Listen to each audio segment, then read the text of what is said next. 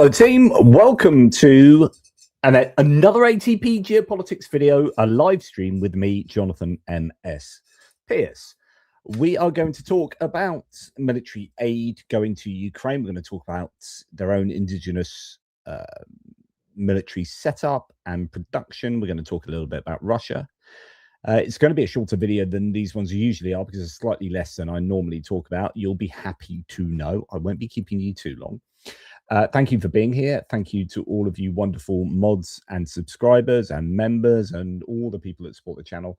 I hope you have an educational, informative, and enjoyable chat in the sidelines during the live stream. If you're not watching this live, where are you? What are you? What do you mean you're at work? It's not acceptable. What do you mean you're asleep in a different time zone? It's not acceptable. Wake up, get up, join in the live. You know you want to. Okay, for those who haven't already done so, please do remember to subscribe to the channel. Helps the channel and keeps you in the loop. I'm going to actually start by talking about something not to do with military aid, but this is almost like worthy of a breaking news update. There's not enough information about it yet, but I do want to share this with you.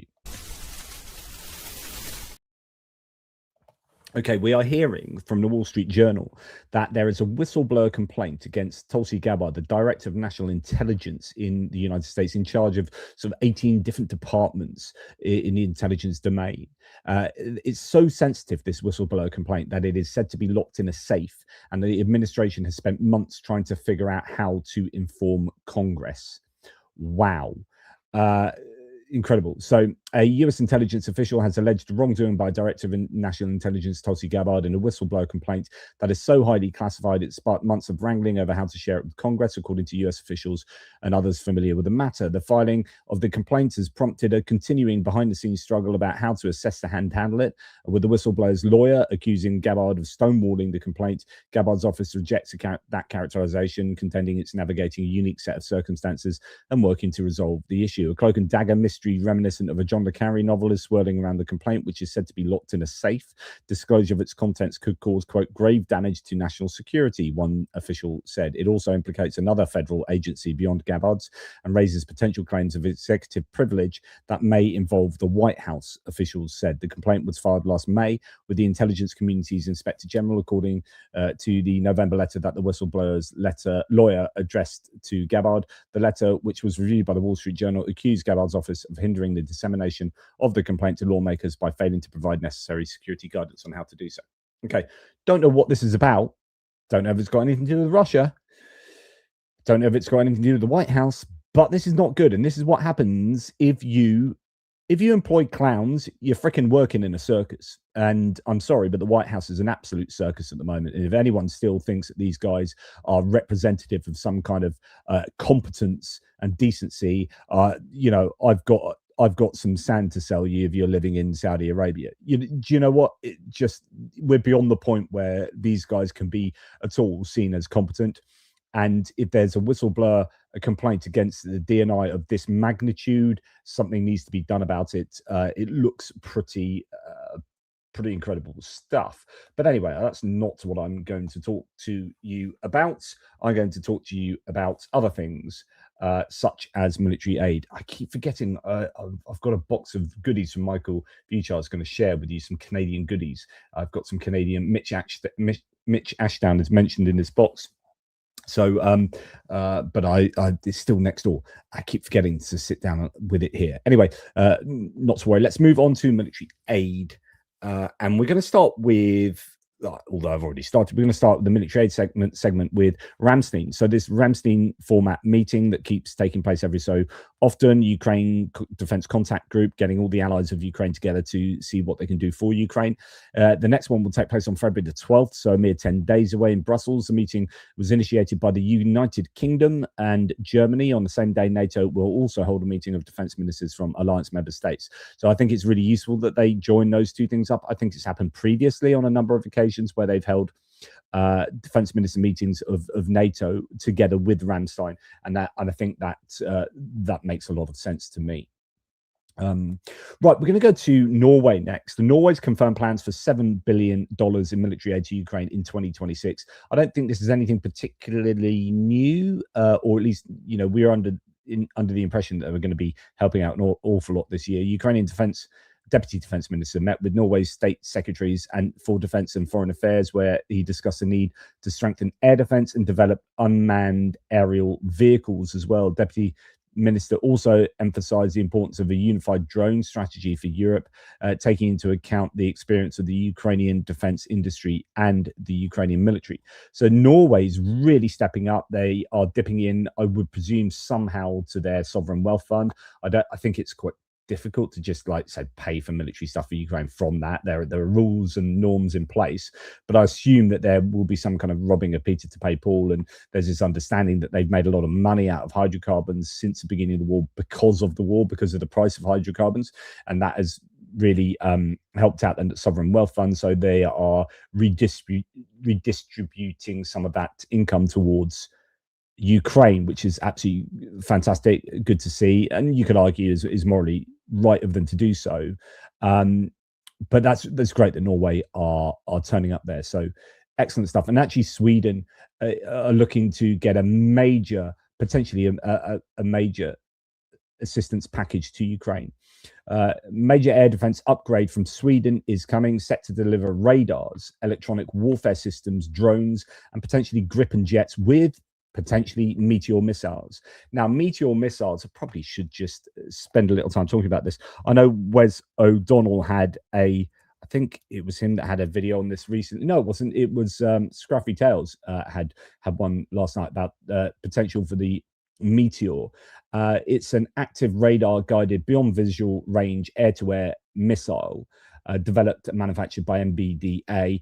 It offers a multi-shot capability, multiple launches against multiple targets, and has the ability to engage highly maneuverable targets such as jet aircraft and small targets such as drones and cruise missiles in a heavy electronic countermeasures environment, with a range in excess of 200 kilometers. So the range is super important because, am I right in it's the longest range air-to-air missile around at the moment? Here it says the official maximum range is 120 kilometers, but it's thought to be in excess of 200 kilometers. Solid fuel ramjet motor allows a missile to cruise at speeds of over Mach 4 and provides a missile with thrust and mid-course acceleration. A two-way data link enables the launch aircraft to provide mid-course target updates or retargeting if required, including data from other parties. The data link can transmit missile information such as functional and kinematic status, information about multiple targets, and notification of target acquisition by the seeker. According to MBDA, Meteor has 3 to 6 times the kinetic performance of current air-to-air missiles of its type. The missile is equipped with both proximity and impact fuses to maximize destructive effects and reliability. So that's really good. Yeah, I think it's essentially one of the best air-to-air, if not the best air-to-air missiles around. Correct me if I'm wrong. MBDA is from where? MBDA is operates all over the shop. It's like, for example, MBDA UK operates in the UK just like Thales, but it is not a UK company. In fact, if I'm correct, it's French and German, headquartered in France. It might just be okay. So multinational corporation specialized in blah, blah, blah, blah. Company was founded in December 2001 via the merger of 3 of the most prominent European missile systems companies: French Aerospatiale Matra Missiles, Anglo-French Matra BAE Dynamics, and the missile division of the Italian Alenia Marconi Systems. So probably British, French, Italian, but I don't know. Owners Airbus, yes, a European. BAE Systems, British. Leonardo, Italian. There you go, British, French, Italian. So you have MBDA France, MBDA UK, MBDA Italy, MBDA Germany, MBDA Spain. So, for example, MBDA Germany will make the Taurus missile, and that will obviously have more German influence and I guess context than MBDA as a whole. But good question there. Thank you. Okay, so yeah, Norway is turning up, Sweden's turning up, and it's not that they are going to get Gripen anytime soon, but they might do. It's not that they're definitely going to get Meteor, but they might do. And if they do, and you can connect these up with the Saab kind of early warning, the AWACS type planes, then potentially you have the ability to strike down some of these planes firing guided glide bombs. And this really could be an important change to the to aviation and Russia's use of planes. You know, when it's going to happen, I don't know, and whether it will happen at all with regard to Meteor missiles, I don't know. But anyway, significantly boosting Ukraine's long-range air combat and strike capabilities. Here, Status 6 asks, War and Military News asks, genuinely curious how the Saab 340 AEW and C aircraft that Sweden delivered to Ukraine, how they are performing. They've got 2 of these planes. We haven't heard much. Not that it's a big surprise to me, but still, I mean, the Swedes are pretty good at keeping things on the down low. There's a theory that the Su-35 shoot down in Kursk in summer last year was down by an F-16 that was guided by a Saab 340. That's why Russians don't detect F-16s in time. Extremely little data on the performance of any Swedish vehicle in Ukraine. It's obvious that there's higher respected OPSEC on their performance. My guess is that they fulfill a vital role tracking Russian drones and missiles in Ukrainian airspace, but have its hands full with defensive mission. There's a sizable jump in shoot downs around the time these should have been delivered. So they could have been responsible for some planes going down, but now maybe they are on defensive duties. And then someone says, I don't know, you know, you don't know who these people are, right? We'll be hearing a lot about them really soon when little birds built to work with Eerie Eye arrive like a meteor. That day ain't far away. Trust me, bro. Now, you don't know whether this is someone that does actually have some kind of knowledge, knows someone in Sweden, knows someone that's working on something. You know, there will be a lot of people in Sweden that know that Gripens are being, people are being trained on Gripens, that Meteors are being packaged up and or not. I don't know, but people will know stuff. And, you know, here could be a bit of a hopium kind of comment, or it could be that someone's in the know that sometime soon you're going to see these planes working with Gripens, working with Meteors. And if that is the case, then, you know, good news for Ukraine. I can hope, right? I think that'd be awesome. Yeah, I'm not sure about the truth of this. I've reported this. We heard that the rumor a while back that the US is leaking classified data to Russia. Now that tweet you shared about Gabar before, interesting her. Yeah, that was also, that claim was also denied by some prominent Ukrainians, but that could have been a case of trying to control the narrative, didn't want to get the Americans in too much trouble. But it seems somewhat accepted that that was not correct, but also it could still be correct. So, you know, I don't know. Ukraine is to receive these air defense Saab radars, electronic warfare, and drones from Sweden. Saab is definitely this company that is, like Rheinmetall has been over the course of the war, really bigly involved in supporting Ukraine, but much more with regard to ground vehicles and equipment. Saab aviation and radars seem to be really in the zone. But deep strike capabilities are also possibly going to be coming on the way from Sweden with electronic warfare, and then drones, attack drones. Defense Minister Mikhailo Fedorov discussed with Swedish Defense Minister countering ballistics through the PURL, the PURL initiative that's spending money in the US, the launch of the Brave Sweden program for defense innovations. Also discussed the supply of Gripen aircraft and the transfer of Meteor missiles, which are key tools of countering aircraft carrying guided aerial bombs. So we shall see, but you know, I really do hope. And then France is expected to deliver a new package of Mirage 2000 fighters to Ukraine in the near future. Of course, all this vagueness never it does wonders for my sense of expectation, I can tell you. But I would love them to get hold of Mirages ASAP, along with newly trained Ukrainian pilots. So they've been training in France. Additional missile transfers are also expected, including surface-to-air missiles and strike weapons. I presume those will be surface-to-air missiles for the SAMP-T air defense system, maybe for the Krotal shorter-range air defense system. And yeah, I really want to know how many Mirages they're going to be given, how many they're going to end up with. Yeah. So let's hope that that happens sooner rather than later. Now, the PURL initiative, this PURL program, is currently wildly underfunded, according to a chap called Chernev. Currently, the countries that are already leaders in providing assistance to Ukraine are investing the most in financing the purchase of American weapons. So the Europeans can really increase assistance to our country.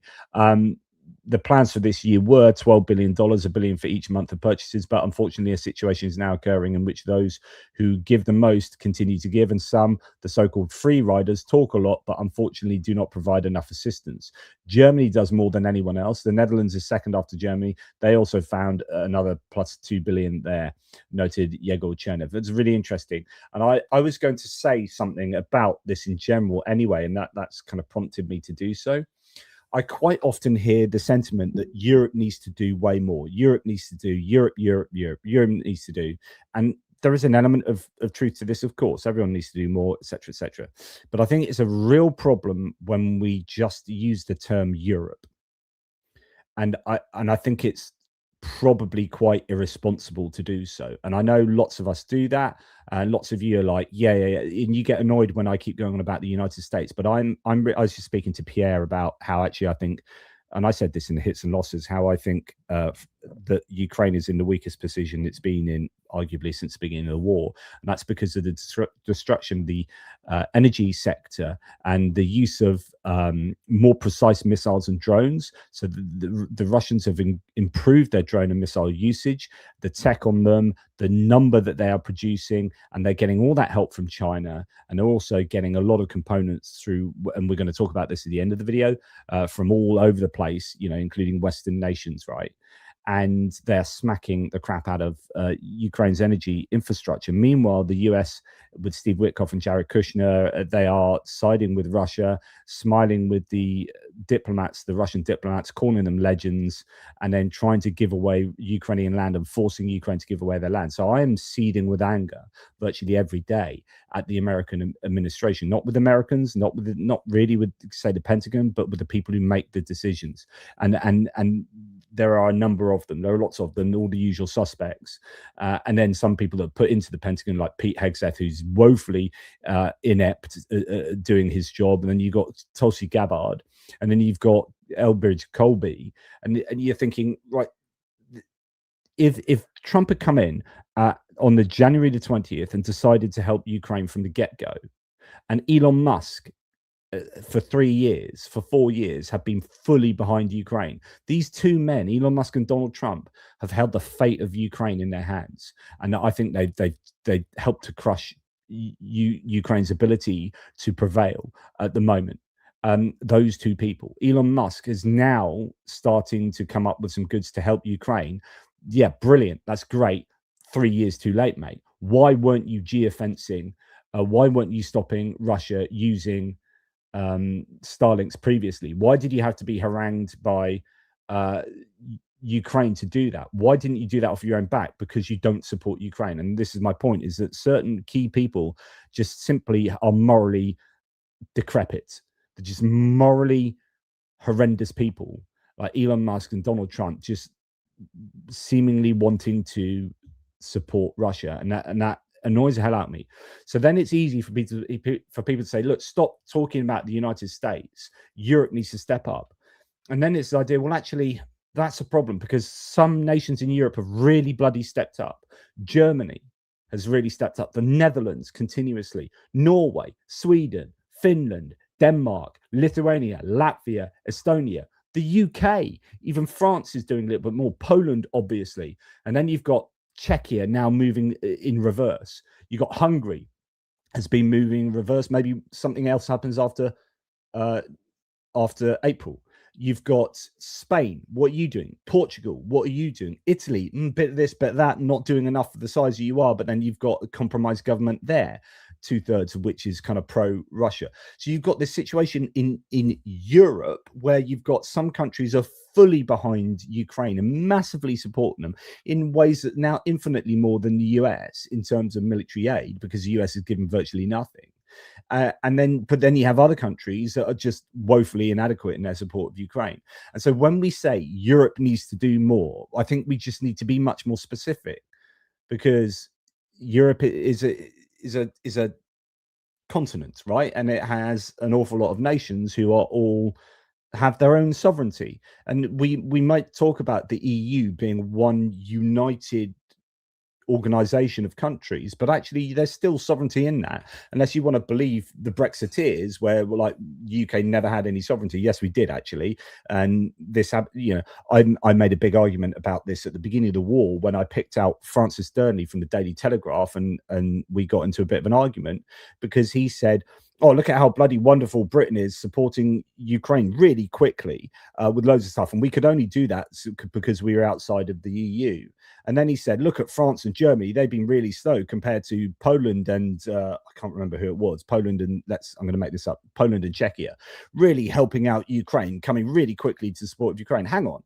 You just said we could only be quick because we were out the EU. And then you said, look at how slow the EU because of France and Germany. But in the same breath, you said, well done to Poland and Czechia for being really quick, which means they could be really quick like the UK was. So it wasn't anything to do with being in or out of the EU. It's just independent sovereignty. And then as soon as you see something negative in the EU, you paint that as the whole of the EU is bad.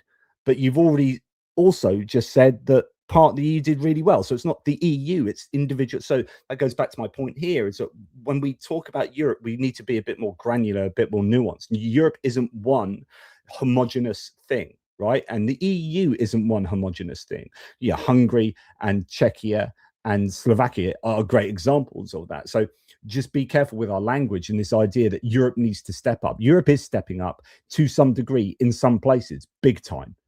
And in other places, not doing that. And we need to look at the individual countries that are responsible for that. Anyway, that's my rant over. I wasn't quite expected to go on a bit of a rant there. But I think that, it's important to understand that, there are certain nations, as is pointed out here by the Ukrainian, that are doing a really good job. Germany, right at the forefront. The Netherlands, considering they've had an up and down political roller coaster in terms of government formation over the last 4 years, they've actually remained, even when the PVV were in coalition, they put Dick Schoof in charge as their prime minister and had Breckelmans as their defense minister, and the Netherlands came up with the goods consistently throughout that time period. So, well done to the Dutch. If you're Dutch in the live chat, please give yourself a pat on the back, like right now, just a little bit of awesome. Ukraine, well, because it was you, right? It was you, literally you. I'm talking to you, Dutchman or woman. It was you what did it. Ukraine will receive additional Patriot, IRIS-T and NASAM systems, according to the same chap, Chernev. A deputy chairman of the Rada Committee on National Security, Defense and Intelligence recalled that in total, the supply of 12 air defense systems to Ukraine has been announced. IRIS-T systems are contracted for years in advance. The problem with NASAM, so this is the sort of medium range American Norwegian co-production, is that there are not enough missiles specifically for them, and our European partners have these missiles, by the way. And NATO Secretary General Rutte spoke about these missiles during the speech in the European Parliament. He did not name which countries use these are, but we know which countries they are. We will not point fingers now at who still has AIM-9, AIM-120 missiles in stock. So these are air-to-air missiles that can be used in the NASAM system, the AIM-9X, for example. Pretty decent air-to-air missiles used in the ground-to-air mode. But the position of these countries is that they have reached their limits. So these European countries are saying, look, we've got to keep some strategic stocks for ourselves. We've given enough, whereas others like Mark Rutte are saying actually more needs to be given to Ukraine. This is for the defense of Europe type thing. Okay, moving on. The US Department of Defense has awarded a contract to maintain F-16 fighter jets transferred to Ukraine. Sorry, I'm going to interrupt myself. Lada Gaga says, great rant, JP. So many outstanding allies of Ukraine do not get their well-deserved appreciation. Yeah, and it's also difficult to know who does what, because not everything is announced. Like, I was always a bit reluctant to really slag off France earlier on in the war. And I have said this to you a number of times, and they probably did warrant being slagged off because they did have a lot of equipment, but now they are giving more equipment, and they've given Ukraine first dibs on obsolete equipment like VABs, like APCs and whatnot. but there are countries that give in ways that aren't monetary packages that are also really important. Now we understand that France is responsible for 2/3 of Ukrainian intelligence, but guaranteed that won't come in the form of an assistance package, a military assistance package. And yet that's probably one of the single most important things that a European nation is doing for Ukraine. So it's really easy to look at a data sheet, like an Excel spreadsheet, and say, well, bloody France hasn't given enough missiles, have they? Bloody France hasn't given enough X, Y, and Z. But at the same time, yeah, and Lithuania aren't providing satellite targeting data on a massive scale in the way that France currently is. And so, it's really easy to jump on bandwagons and slag countries off, but it's probably worth just asking yourself, where could I be wrong? How could I be wrong? What could these guys be doing that I don't know about? Or maybe we are justified. Like, again, I'd say Spain and Portugal probably not doing enough, and that would might also align with their defense spending in general. Like, I wonder if you look at the nations who are spending the least as a percentage of the GDP on defense in order to qualify for NATO, I wonder if they are the nations who are also doing the least for Ukraine. So it's not to say that we cannot criticize certain countries, but just be a little bit skeptical or careful, or wonder how you can be wrong when doing so. And it's not to say that France isn't off the hook and there aren't more things that France could be doing. I don't know, but it's going to be fascinating after this war to 10 years after this war to work out what countries were doing what, and in what different ways, in certain ways that we aren't aware. Like, for example, training, like that doesn't really come on an assistance package. Like, we're giving $100 million of stuff to Ukraine. No, we're not doing that, but we are training the crap out of a load of their special forces, or their pilots, or their army in general. So again, we just need to be careful. Okay, that is enough on that. US DoD, DOW now, has awarded a contract to maintain F-16s to a Belgian company, Sabina Aerospace Engineering, worth $235.5 million. That is quite a big contract. It provides for mid-level and depot assist maintenance for F-16 fighter jets and engines, as well as support and logistics management for Ukraine. I presume that's back in Belgium, but it might be in Ukraine. I don't know. Obviously, some of these countries in Europe who have experience of working on F-16s and maintaining F-16s are going to be in the best position to get their stuff across Europe, or get planes across Europe, rather than bring them back to the United States, and so on and so forth. Now, I reported this the other day, but worth mentioning, in a military aid video, it's emerged that Trump and Musk have withheld $250 million already promised to Ukraine. So $250 million has not got there because of USAID funding being shut down. So Reuters writes that the funds for the import of liquefied natural gas and the restoration of energy facilities damaged by massive Russian attacks were held when USAID funding was cut. So that's 250 million spondoolies not going because of the crazy USAID funding cuts. That's super, super frustrating. And of course, now there's an energy crisis that is second to none.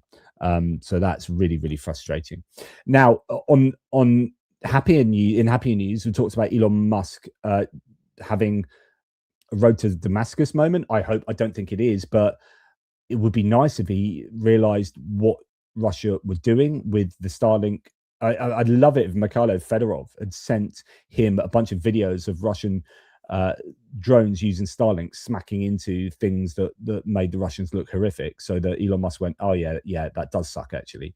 So now he's done a couple of things. He's limited Starlinks to be only connected to the satellites if they are traveling at under 75 kilometers an hour. In other words, if you've got a relatively fast moving drone, it will not be able to link to Starlink. And the other thing that's happening is that there's a process of creating a whitelist, so that all Starlinks, and I guess this is good for, it's probably good for SpaceX in general, because I think you'll get more people officially signing up to these subscriptions, and not kind of having, I don't know whether there are any loopholes, but anyway, there's going to be a whitelist of official subscriptions that will not be, I presume, geofenced and turned off in the whole Ukraine area. And if you don't register your Starlinks properly, then it will be switched off. And this is supposedly going to badly affect the Russians, because they have got their Starlinks through these third parties from other countries, have signed up these subscriptions, blah, blah, blah. And if it's not official, and if it's not done through the proper channels, i.e. through Ukraine, if you're in occupied territories in Ukraine and you aren't doing it properly through these proper channels so that they can be monitored, then the Starlinks won't work. And this potentially is really bad news for the Russians, because their Starlinks may not work in the way that they were. So Elon Musk doing the right thing here, but again, it just really annoys me that it's taken 4 years for him to go, yeah, okay, I'll do that. Now, going back to France, the small French manufacturer ALM Mika just came out of nowhere to announce Fury, the company's privately developed low-cost interceptor drone. The drone is capable of hitting speeds of over 700 kilometers an hour and pulling 20G, giving it massive engagement capabilities. This drone looks pretty crazy. Now, I don't know if that's a similar drone that we've seen before. No, I think that was a drone. It began with V. That drone, I can't remember what the name was, but there've been a couple of French drones that have been touted. We've not seen or heard of them on the front lines yet, but hopefully that will be useful for the Ukrainians. Slovenia has presented Ukraine with counter-drone solutions, including ground platforms and anti-drone modules during defense talks in Kyiv. A new Slovenian aid package for Ukraine was also announced then, so that's good news. Nations coming to help out in different ways there. Now, the Estonian military has begun installing anti-drone cages on its Patriot armored personnel carriers, and they've got a bunch of these to Ukraine. I don't know if these are ones that are due to go to Ukraine or just general ones for sale onwards anywhere. Just, this is what they come with as standard now. To be honest, like, if you are driving around anywhere in Europe or anywhere in the world now in an APC that doesn't have drone protection, you're a bit of an idiot if you haven't learned already from this war. Like, every major armed force, I was reading the other day that a Ukrainian was amazed that in Britain they weren't training, something to do with not training in terms of drones or something like this. There was some kind of like exasperation that, like, have you guys not learned yet that drones are pretty bloody important in the world of warfare these days? So yeah, it doesn't surprise me that is happening. As far as I remember, says the Dead District, this is the first confirmed use of the GLSDB. I talked about this previously, but the ground-launched small diameter bomb might be being used in Ukraine. This is launched from HIMARS-type vehicles, and it's a dumb bomb with a guidance kit. I want to hear more of that, though, because they were producing these at quite a clip. They were supposed to get a whole bunch of these to Ukraine. Then there was a problem with jamming, and then they've gone back to drawing board. Then it looks like they're maybe being used now, but I want to know the numbers. We heard previously that there was some controversy regarding the HX2, Helsing's loitering munition, German company's loitering munition drone, was not performing as well in Ukraine as was expected, and they are not putting any more orders into them. After Bloomberg reported on this, German aid to Ukraine sort of has looked into it, and Ukrainian MOD halting their orders. Die Welt, in collaboration with Politico Europe, published further details. According to the Ukrainian document handed over to the German MOD, in 14 deployments, the HX2 hit its target in only 5 of these missions. This brings the hit accuracy to only 35.7%. According to the news report, the reasons were mostly not Russian-based, meaning electronic warfare or similar, but systems-based. In other words, the problem was with the drone itself, not with the way it was being defended, especially in unstable video transmission. Limitations in target acquisition and rigid sensor technology were highlighted, making risky flight maneuvers necessary. Meanwhile, the Bloomberg report mainly listed other problems. For example, 25% of Helsing's HX2 were able to launch in frontline tests conducted by the former 14th Regiment of Unmanned Drones. 3 people who spoke to Bloomberg said launches were affected by mechanical issues of the catapult. So only 25% were able to be launched in the front line in one particular test. So yeah, that's not good. Now, I don't know, is that different from Helsing's other drone? Is it the HQ1 or HQ2, which is the one with AI targeting on it? I don't know. Well, I'm sure somebody can let me know about that. Right. Okay. And moving on, we have Friedrich Merz here, skeptical about the idea of European peacekeepers in Ukraine, according to Politico. So this is a real shame for the coalition of the willing. Merz has rejected a proposal to create a joint European army for post-war Ukraine. He stressed that the EU's urgent tasks are more important than large-scale reforms. At an informal summit in Zagreb, Merz welcomed the incentives of Weber to modernize the EU, but questioned their relevance for the immediate problems of Europe. I don't know if that's casting doubt on a European army as a whole, as this separate entity, or whether what Max 25 here means is the European army in terms of the coalition of the willing forces. But there you go. Okay, so sorry, my tabs are not rendering. An Angolan businessman has donated 75 generators to support Ukraine. The equipment provided by BAM 86 director Bento Adriano Mendes will go to residents of the Kiev region and Ukrainian soldiers. This is awesome. An Angolan dude just getting together and getting together on his own, maybe, producing or providing 75 generators to support Ukraine during their energy crisis. That's absolutely brilliant. I wasn't expecting to say well done Angola, but well done Angola, or more precisely, well done to that guy Mendes. That's brilliant stuff. Now, just very quickly going to mention the whole Gripen versus F-35 Canada thing. And I know loads of us are like, yeah, you should buy Gripens from Sweden. It's going to be cool for you, and you'll get them built in Canada, and they'll be, they're pretty decent plane. They're not the F-35, but actually, it'll be better because of X, Y, and Z. Buy some F-35s and then some Gripens, etc., etc. We talked about this a number of times.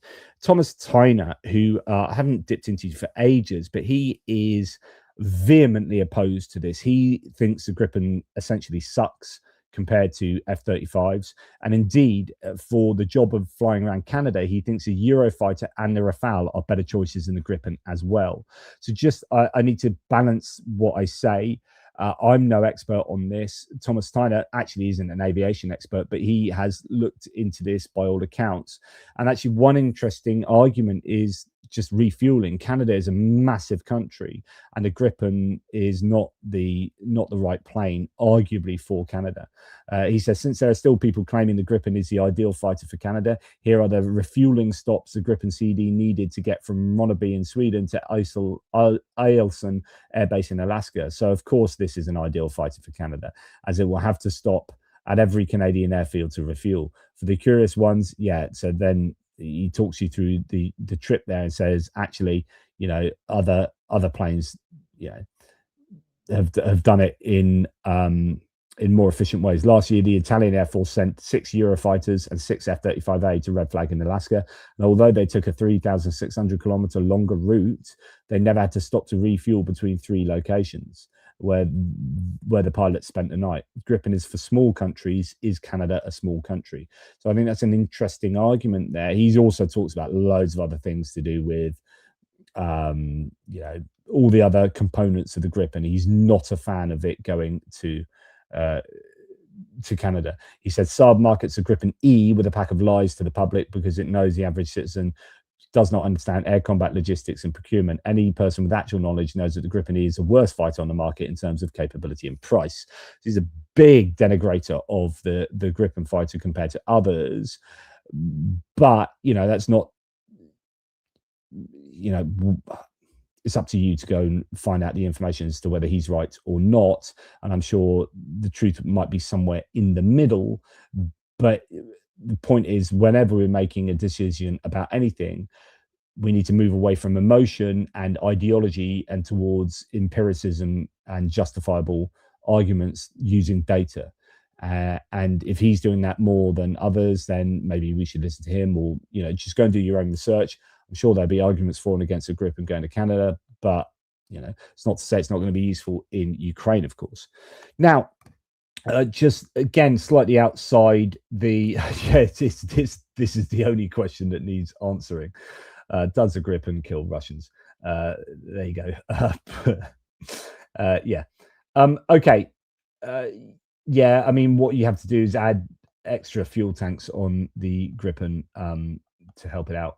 But anyway, moving aside on from that to again, it's not wholly connected to Ukraine, although it is to some degree. So you've got the SAFE mechanism, which is the EU's way of generating at least 150 billion euros worth of funding for European countries or EU countries' defences, and then they can spend that on Ukraine as well, or either or type thing. Um, and even if you spend it on your own equipment in your own country, then you can move your older equipment to Ukraine, that kind of thing. So you've got this 150 billion, possibly rising to 800, 900 billion, whatever it is, through, I guess, low cost loans. Somehow, now this isn't underwritten. This is nothing to do with the monies going that are connected to the frozen Russian assets or anything. This is just safe funding. Now, what happened is the UK said we'd like to be part of that. People like BAE Systems, etc. We'd like our own defense manufacturers to be able to tender for contracts with EU nation states. So the problem is we're not in the EU anymore. So then the EU said, yeah, great, but you have to jump through this hoop, this hoop, this hoop, and you have to pay us this money, and then you can access it. And then British were like, well, that sucks. We don't do that. And so we're at the moment now outside of SAFE. Interestingly, Canada has jumped through a bunch of hoops, it appears, and will be able to tender for some of these contracts. But I guess the question is, how much do we want to give up in order to be able to essentially make some money and be influential in the European defense domain? But now Keir Starmer's come out and said, we actually need to get closer to the EU. So Keir Starmer is aiming to revive defense talks with the EU. He told us he wants to make progress on spending, capability and cooperation, potentially through the EU's SAFE program. Talks on EU joining SAFE hit the buffers in November over the costs. The blame was pointed at France. So France was like, you need to do this, because France are very protective. So in Britain, it's very easy to slag off France. But if we were France, right, we would probably be wanting that too, which is we don't want our EU money to be spent on the UK. The UK opted out of the EU. Why are we making it easier for them to access our free market and our single market and our customs union? Why are we allowing them to access that without having to pay for that? They're not a member state. So I'm someone who completely agrees with what France is doing from a kind of protectionist point of view. If you're trying to protect your own industry and the important, France has got a massive they're the second biggest arms exporter in the world. So they've got a massive military industrial complex. It's obvious that they're going to be trying to put stops on the UK accessing the SAFE program, right? So the Brits listening to this are probably like, what are you doing siding with the French? Don't think as a Brit. So I don't want to bore you with some philosophy. There's a great book by John Loftus. My friend John Loftus wrote a book called The Outsider Test for Faith. And he said, if you ever want to test your faith, as if it's, so whatever religion you are a part of, Islam, Christianity, whatever, if you want to properly test whether it's true or not, you have to take yourself out that faith and test that faith as if you were an outsider. What the best arguments you could bring against it, and don't think psychologically from within the faith, because you will have all sorts of biases and you will therefore not be appraised in the arguments well, okay? And it's the same here. So if we're going to appraise anything that France does to do with Britain, we need to take, as a Brit or as a French person, take yourself out of being French or British and think, how does that look? How does it work? What are they trying to do? What would I do if I were them, rather than me being this person? What if I was that person? And we need to try and understand arguments from all sides, right? So always try and take yourself out from the position you are in to try and appraise any kind of argument, particularly if you're involved in the argument, if you're part of the argument. So my position is, well, we came out of the EU, of course that's going to happen. And that's what happens when you take yourself out of the biggest trading bloc in the world. Now, the EU's Maros Sefcovic and Valdis Dombrovskis are in London tomorrow to meet ministers ahead of a second EU-UK summit. The Prime Minister said of the summit, quote, "We will not only follow up on the 10 strands that we set out in last year's summit, we'll also want to get closer with an iterative process. Starmer talked twice during his China trip about taking an iterative approach to closer ties with the EU, i.e. going a little further with every year's UK and EU summit. Iterative, just incremental. This is the latest iteration of how close we want to be, and then this is it, and then this is it. This is really, really important in terms of trying to understand the UK's predicament and where our present government is going to try and go. Keir Starmer has a WhatsApp group with Emmanuel Macron and Friedrich Merz. The mood music has changed in Europe on defence and security as the UK tries again to join the 150 billion euro rearmament programme. And you've had here's an article: the UK should consider resuming talks on the EU defence pact, Starmer says. He says Europe must step up and signals he wants to work more closely with other states to build military capability. And he absolutely needs to do that. The question is, will it be worth it for the UK? Depending on, it depends on what hoops we have to jump through, how much we have to pay in order to access this. But I think I think this Liz Webster is very pro-EU, but Liz Webster puts it really well here. In June 2016, Jeffrey Epstein emailed Peter Thiel saying Brexit was just the beginning. But this now feels like the end game. Britain is paying to re-enter European systems it once helped to lead. With no say and no leverage. Starmer threw his lot in with Trump. The gamble has backfired. So I don't know that last sentence is fair at all. But the point is that because he wants to get closer to Europe now, but we are going to have to pay to do so.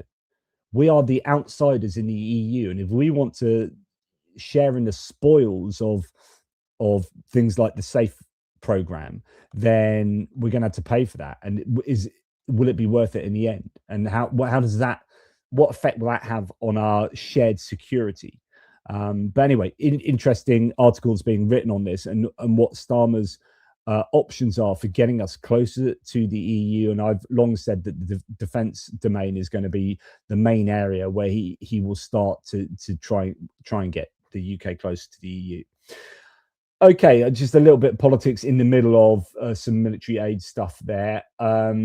Right. Yeah, this is generally my point. I think Canada should have F-35 and Gripen. What happened is when they were as far as I understand it, I'm no expert. So just to go back to the Gripen in Canada, NORAD, which is kind of like the North American kind of air defense aviation situation, so when Canada was tendering for or putting out this tender for planes, you had Rafale, Eurofighter Typhoon, Gripen, and the F-35 go in for it. But then Eurofighter and Rafale, as far as I understand it, pulled out the tender because of the expenses that would be incurred in integrating their fighters with NORAD, right? And Gripen didn't pull out, and they just said, yeah, it's going to be integratable. But actually, there's a bit of a lack of detail. It looks like they might have just been asserting that, Saab.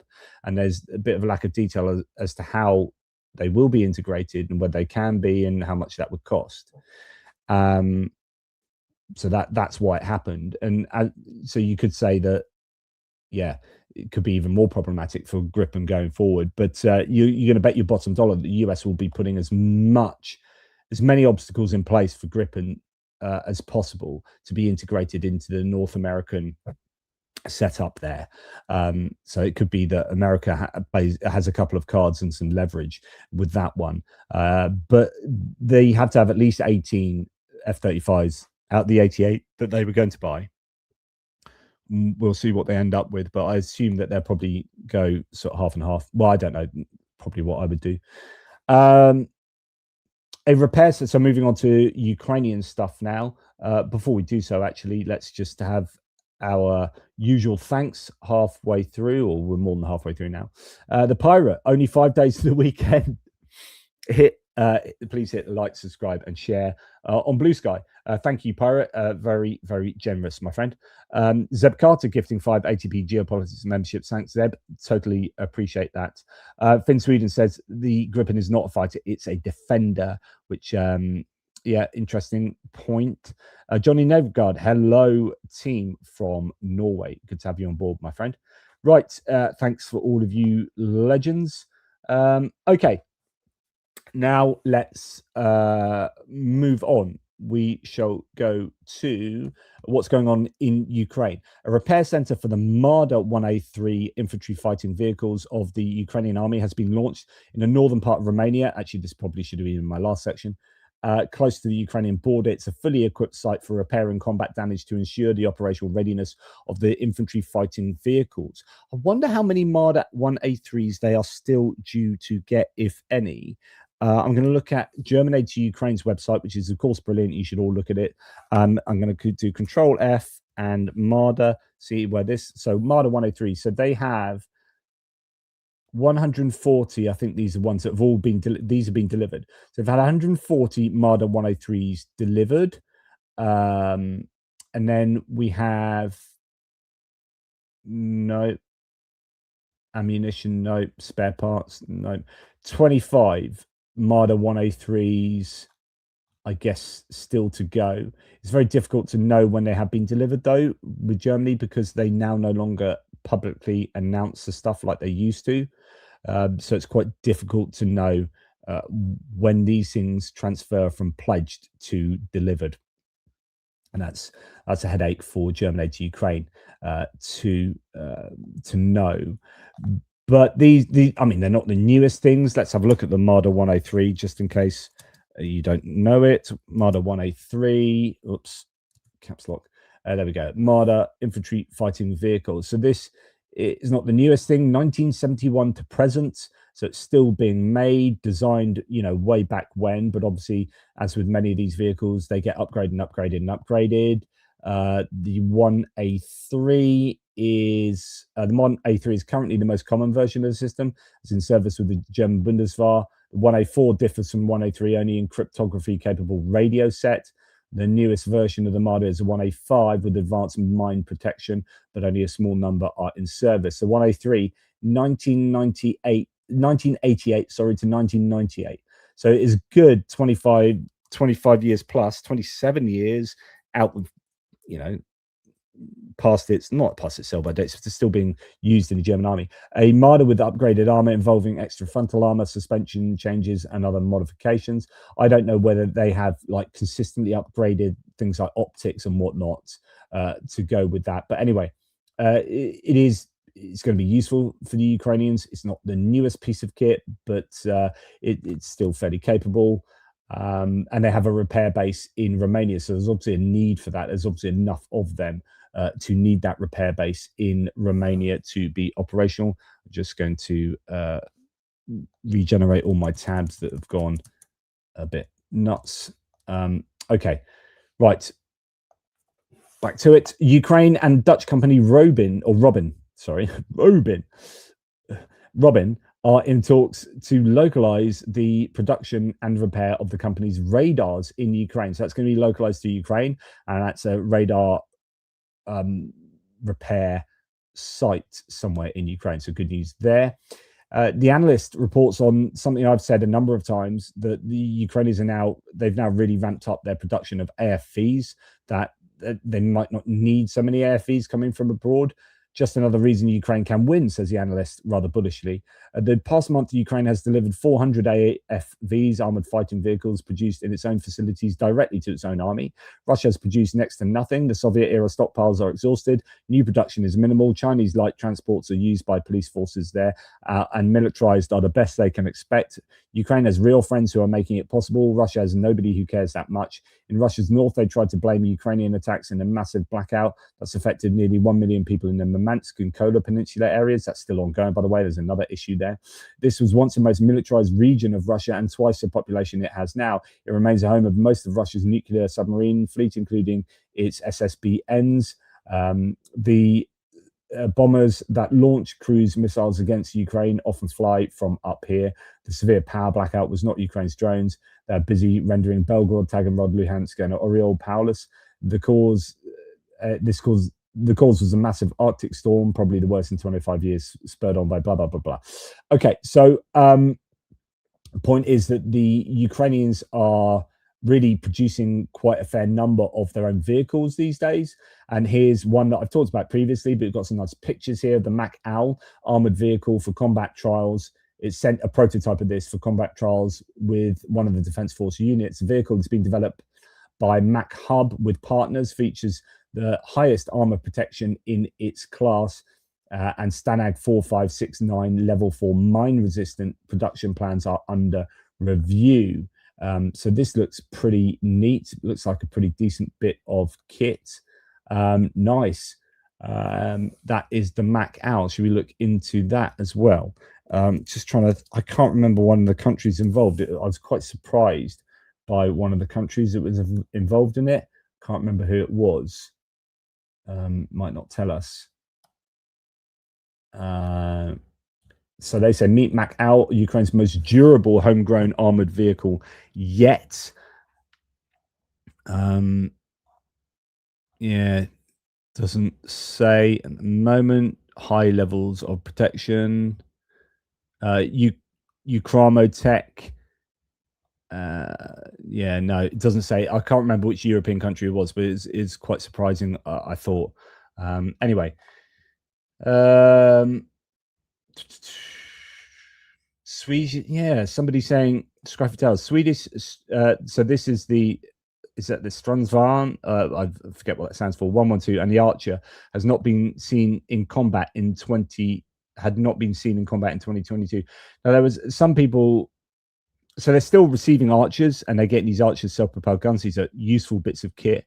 I haven't seen many of the Swedish tank variants and also the Swedish CV90 variants recently. I don't know if they've kind of cycled through them all and had them all used, but of course they're probably more likely to use those in offensive capability, in offensive ways rather than defensive.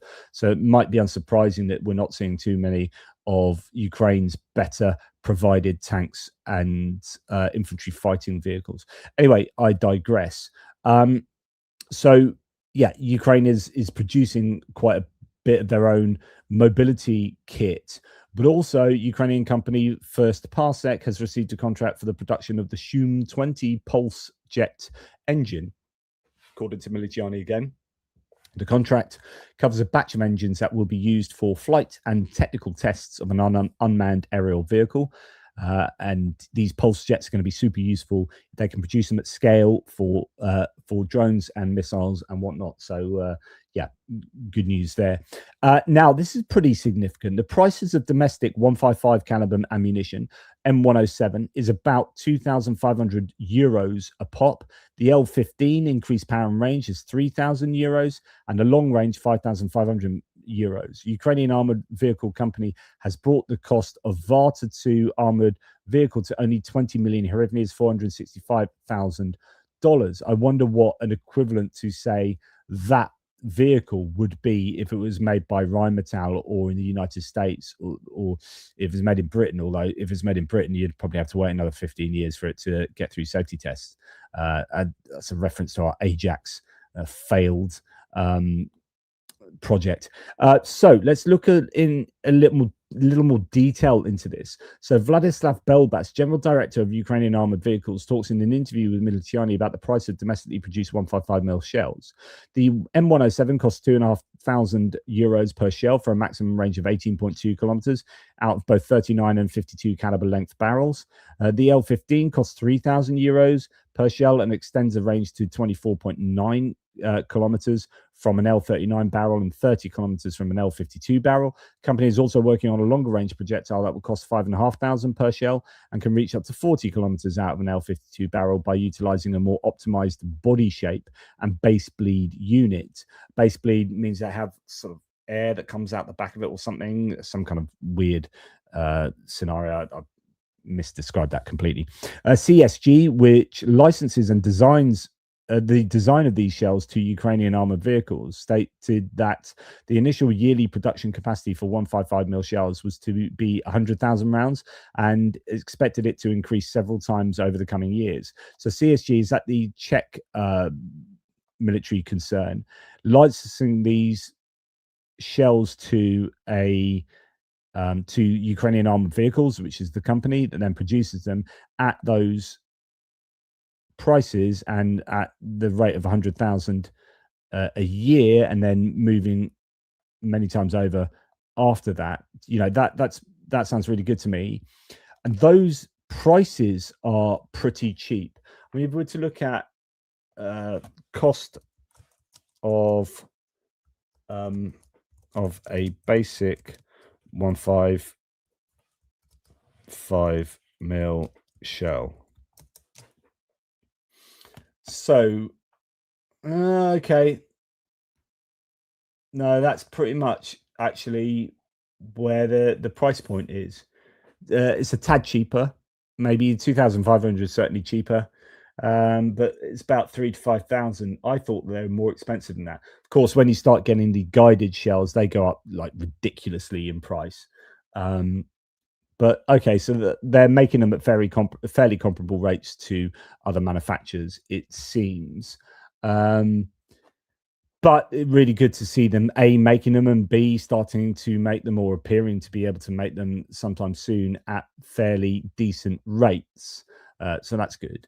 And then finally, just to remind you of the F-16 that was targeted. Oh, I don't have.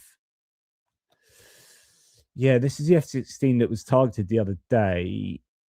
Is this a video? The F-16 claim that the F-16 destroyed by a drone was used for training technical personnel is wrong. It was just a plywood decoy made by Ukrainian volunteer group Apate, which produces a range of decoys such as the Israeli Rada tactical radars. So this is a plywood F-16 being built there. So, there's definitely a thing. And then they have these radars as well. Now I'm going to show you the video just a second, because I'll show you. This is why people were initially very skeptical that this was a real one. The claim was it's a real one. You can't see it here. It's really, this is a lower resolution video than I've seen previously, actually. Right, I'm going to search F-16 decoy and then find the image that shows you, and it's the air intake that really gives it away. I know some of you will already know this, that you will have seen this, but this is the sort of thing that people look for. Yeah, here we go. Right, okay, so you can see there that it's got sharp edges. It's kind of straight edges and a corner, straight edge and a corner, and then comes down here. And then in the actual F-16, you've got a rounded air intake. And that was basically one of the main indicators that people like straight away is like, this is a fake one. So yeah, that air intake is not the one of a genuine F-16. So anyway, I just find it interesting that they put so much effort, and you can see why they put so much effort into building these decoys. You must think, oh, damn it, I put all that effort into the decoy and now it's been blown up. Yeah, great. That's its job. Its job is to suck in those expensive targeting and, missile costs or drone costs. And then, they've just hit something made out of plywood. More for you. Right, moving on to the last section here, we have the Russian production. Russia's tripled the production of the Iskander missiles. These are, well, both ballistic and cruise missiles, actually. The Iskander K is a cruise missile, Iskander M is a ballistic. They've tripled the production of Iskanders thanks to supplies from China, according to CSIS. In 2025, Russia produced about 50 9M723 missiles per month, while from February 2022 to January 2023, only 36 were produced in total. Wow. China became the main supplier of dual-use goods, computer chips, machine tools, radar sensors, and gauges, which Russia cannot produce in the required volumes on its own. China accounted for 70% of Russian imports of ammonium perchlorate, a critical component of fuel for ballistic missiles. In addition, drone bodies, lithium batteries, and fiber optic cables for the production of drones were supplied. I mean, China really is facilitating Russia in its war in Ukraine. There's absolutely no doubt about that. Yeah, and I think this is true, Ladagaga, who says that F-16 decoy is freaking quality craftsmanship. I make furniture for a living and I am in awe. Yeah, isn't it just? I mean, yeah, and let's hope it genuinely was, but it certainly seems like it was, and that, oops, where was it? No, that's something else I was watching. Yeah, just that is, pretty decent decoy, really, because and it doesn't need to be like fully perfect. It needs to be thought of as a real thing from about 50 meters up in the air, and then there's nothing you can drone can do, and it will just slam into it at that point. You know. Um, anyway, back to where I was. Like, so China definitely helping out the Russians way too much. Need to be doing something about that. And of course, this is a time when we are all trying to cozy up to China due to the trade attacks from the United States. So it's all a kind of fairly screwed up world. Loads of people have been asking me to talk about this. I did mention this previously. American firm Ubiquiti are a real issue for supplying lots of equipment to the Russians. I'm going to look into this. Sorry to do this on the fly. Russian provided. What am I going to search for? Okay. So here we go. Right. So Ubiquiti, which is an American company, has been implicated in supplying network equipment to Russian military forces in Ukraine, despite US export bans. Investigation by Hunter Brook alleges that Ubiquiti equipment is widely used by Russian military units, enabling drone operations and battlefield communications. Investigation includes trade data showing a 66% increase in Ubiquiti shipments to Russia after the invasion, and footage of Russian military units using the Ubiquiti gear. The legal context is that Ubiquiti products were legally sold to Russia before the 2022 export controls took effect, indicating that the company has maintained access to its supply chain. Impact on the stock. Following the report, Ubiquiti stock has seen a decline, reflecting concerns over the company's compliance with sanctions. This situation highlights the challenges of international sanctions and a potential for commercial networking equipment to be repurposed in conflict zones. But yeah, just real issues with Ubiquiti equipment. Here's a fact check of what has been claimed and what's going on there. You can go and look at this for yourselves. But yeah, Ubiquiti isn't exactly smelling of roses at the moment as an American firm. Now, China's foreign ministry has denied reports that Beijing was involved in producing the Russian Oreshnik missiles used against Ukraine. It said the claims are false, accused others of shifting the blame, and reiterated China's stance of neutrality in the war. But of course, China really is helping.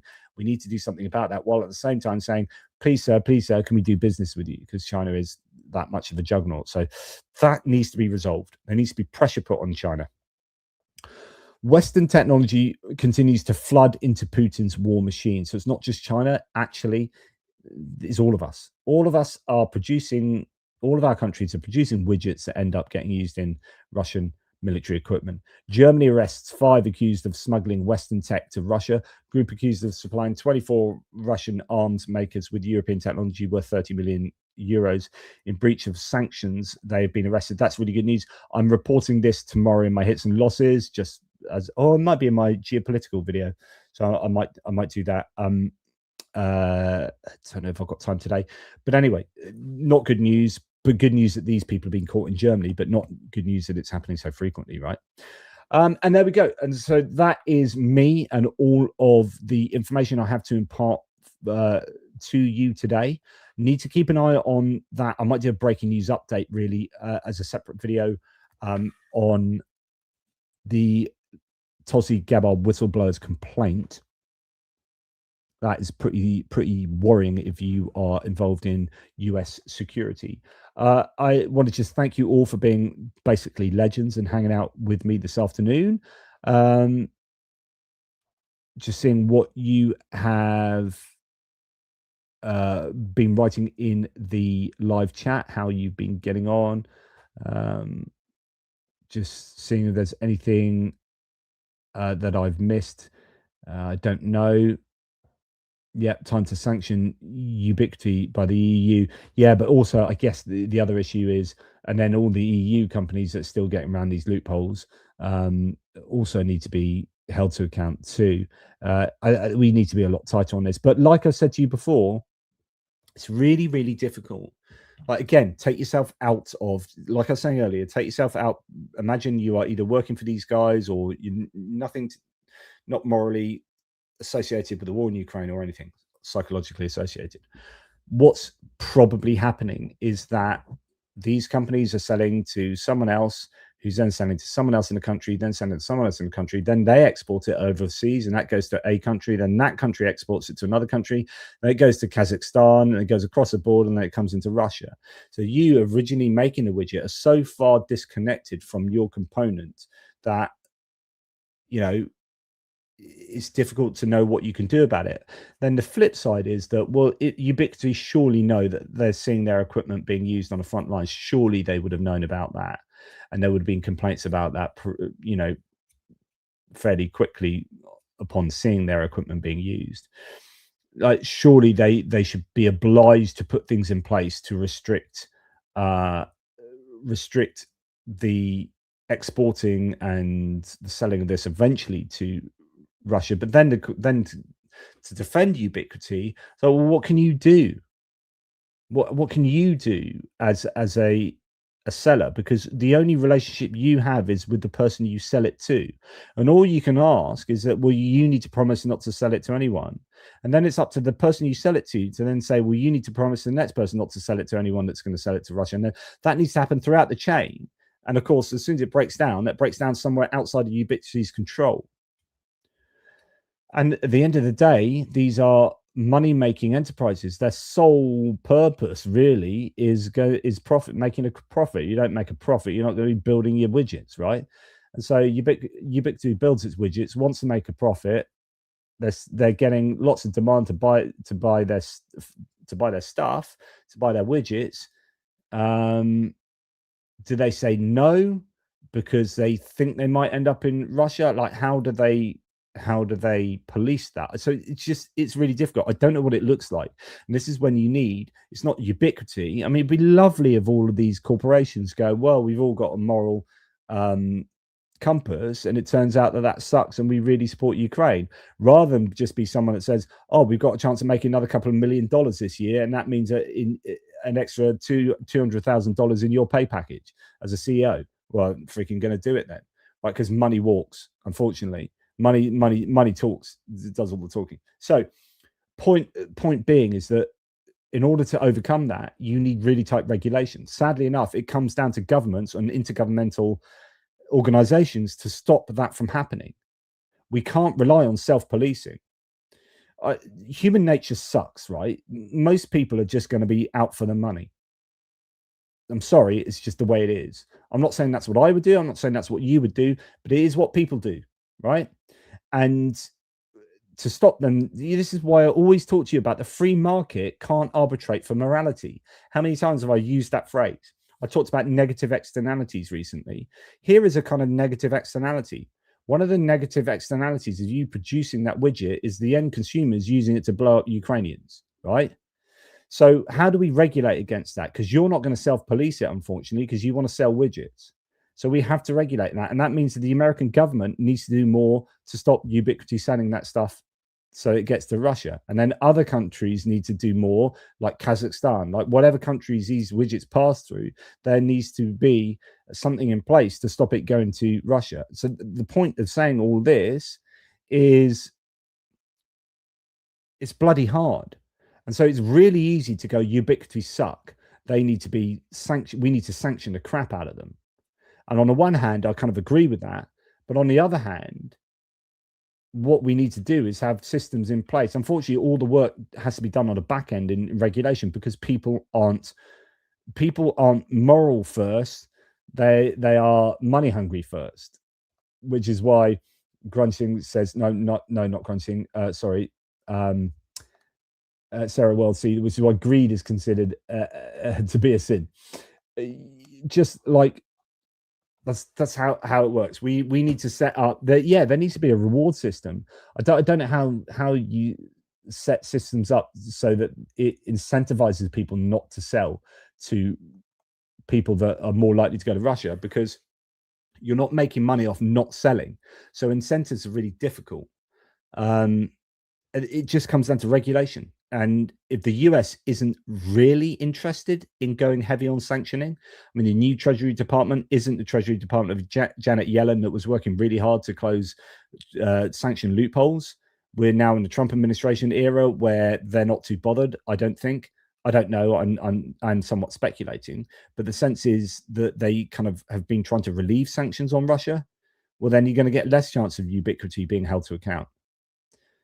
Unfortunately, this kind of stuff has to really come from the from a governmental level, which in Ubiquity's case is the US government, but then there are plenty of components from the EU, from Taiwan as well. Taiwan has a lot to answer for, since we're all like supposedly going to come to Taiwan's aid if they are invaded by China, but then Taiwan are still getting a whole bunch of components to Russia. Not directly, arguably, but they end up going there. So we need to solve that problem. I don't know 100% how you solve that problem. Yeah, it could be that if you do, yeah, this is a good incentive. So if you do that, then you lose the contract with governments. I mean, the problem is whether they have innovation that makes their thing like something you need more than another provider, producer, so on and so forth. But these things, the end result is these things are complicated, and it's very easy to, exactly like I said at the beginning, it was easy to jump on France and criticize France, but do we know actually what they were doing and how difficult it is to do X, Y, and Z? You know, it's easy to jump on Ubiquity, but actually, you know, is it their responsibility for the 16th person in the chain selling that to Russia? But then if they know that's happening, what can they do? I don't know. What can they do? You know, what should they do? Difficult. Life is difficult. Morality is never black and white. It's always grey. Anyway, thank you very much for listening, for watching. Good to see you talking about widgets and serial numbers and pings and all sorts in the live chat. That's what I want to do. Just promote conversation. I've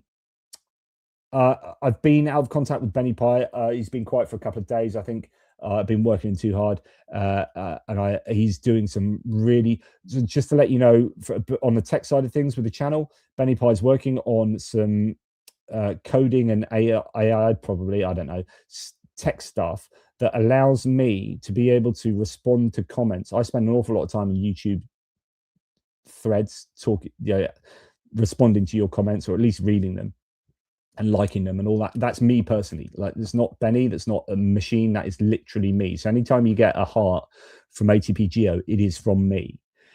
But now we're on like Facebook and Twitter and Blue Sky. What we're trying to get is he's coding a program that takes all the messages from everywhere and puts them in one place, and then I can respond to them personally as a human. But I don't have to go to 68 different social media platforms and take all the time to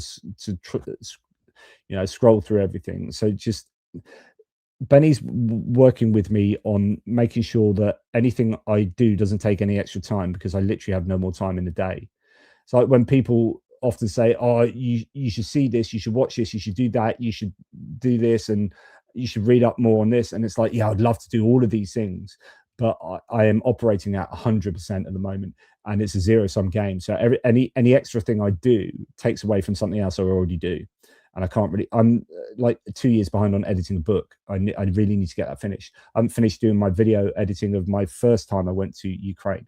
So everything I'm doing at the moment is, I'm just operating at max. And so anything that I need to consider that is a new thing needs to be zero time thing. So Benny's helping out to see how tech can help me doing things, the same amount of things, but taking less time to do it.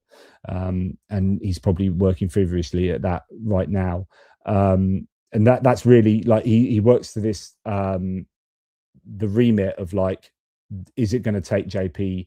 Is it going to cost him more time? And if it's going to cost him more time, ain't going to happen. So for example, I have a thumbnail creator that he's created me, bespoke, that just makes thumbnails much quicker for me to do than they used to be. And there's loads of like pre-made things, and I can, so just to try and make things quicker. And there's automated, so the descriptions to my video are developed by, I put in all the URLs, all the tabs, the addresses into this description generator, and it creates a description based on the tabs that I've been reading. It sort of generates its own sense of what I've been talking about in the video. I don't have time to write my own descriptions. And so it's these kind of AI and tech things that can save time that Benny's really helped me out with. So it's really good, because, just time is what it's all about. I remember there's a really good film, I've talked to you about this before, it's with Justin Timberlake, it's called In Time, where the currency for everyone is not how much money they have, but you get paid in time, and you have a time thing on your wrist, like built into your wrist, and it has your clock that's counting down the rest of your life, and you have a certain amount of time to live, and then once that runs out, you die. It turns out there are these rich elites that have much more time. It's very much a social commentary, as well as just this idea that time is our most precious commodity. And that's why I appreciate all the time you guys spend with me, because it is a precious commodity. And that film really looks into that, and how he's trying to break the system. So if you get a chance to watch In Time with Justin Timberlake, it's a random guy for a film, but he does a really good job in that film. It's a very good film. But I like films that have thought-provoking themes very much, and that was one of them. Anyway, yeah, as you say, great movie. Yeah. It was, generally a good movie. Right, okay.